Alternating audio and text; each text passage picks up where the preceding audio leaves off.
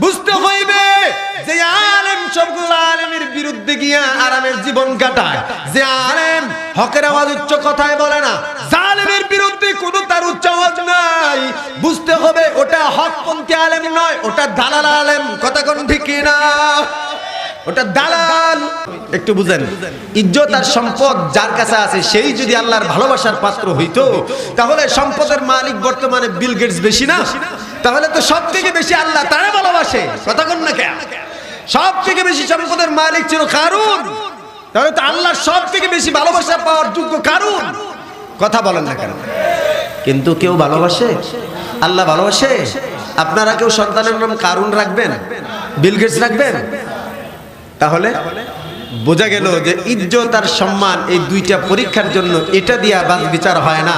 ইজ্জত তো হবে সেটাই যেটা দিন যাবে ইজ্জত বাড়বে, বয়স বাড়বে ইজ্জত বাড়বে, মরে যাবে তারপরও কিয়ামত পর্যন্ত সেই নাম মানুষ সম্মানের সাথে রাখবে, তার নাম হলো ইজ্জত মিয়া, যেমন উলামায়ে কেরাম। কথা কোন ঠিক না? আল্লামা শাহ আহমদ শফী মারা গেছেন, ইজ্জত কমছে না বাড়ছে? আল্লামা শাইখুল হাদিস আজিজুল হক রাহমাতুল্লাহ আলাইহি দুনিয়া থেকে চলে গেছেন, ইজ্জত কমছে না বাড়ছে? জুনায়েদ বাবনগরী নাই, ইজ্জত কমছে না বাড়ছে? হাসান বসরি নাই, সেই কত শত বছর আগে মারা গেছে। শাহজালাল ইয়ামানি চলে গেছে, ওই যুগের কত রাজা বাদশারা ছিল তাদের নাম তো নাই, কত এমপি মন্ত্রী ছিল তাদের নাম তো নাই। নাম রয়ে গেছে উলামায়ে কেরামের, যারা ইজ্জতটাকে পরীক্ষা হিসেবে নিয়েছেন এবং সেটাকে মানুষের কাছে সেইভাবে মূল্যায়ন করেছেন। এজন্য আজও পর্যন্ত যেমন আছে, কিয়ামত পর্যন্ত তাদের নাম স্বর্ণাক্ষরে মুসলমানের কলিজায় থাকবে। আর যারা ইজ্জত আর সম্পদটারে বাপদাদার ওয়ারিস মনে করে, তারা জায়গায় জায়গায় লাত্তি খাবে, যত বয়স হবে ততই তারা থুতু পাবে। কথা কোন ঠিক না?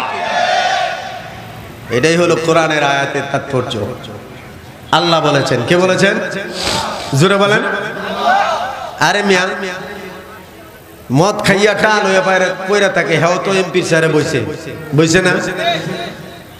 যেমনি হোক বুটসুরি কইরাও রাতের আধারে যেমনি হোক বইছিল, তো বইছিল যেহেতু, যদি সেটারে মূল্যায়ন করত, সেটাকে যদি ইজ্জত করত, পাবলিকের সাথে যদি ভালো আচরণ করত, ইনসাফ কায়েম করত, তাহলে পাবলিক তাদেরকে আদৌ সম্মান করত, ভবিষ্যতেও করত। ঠিক কি না?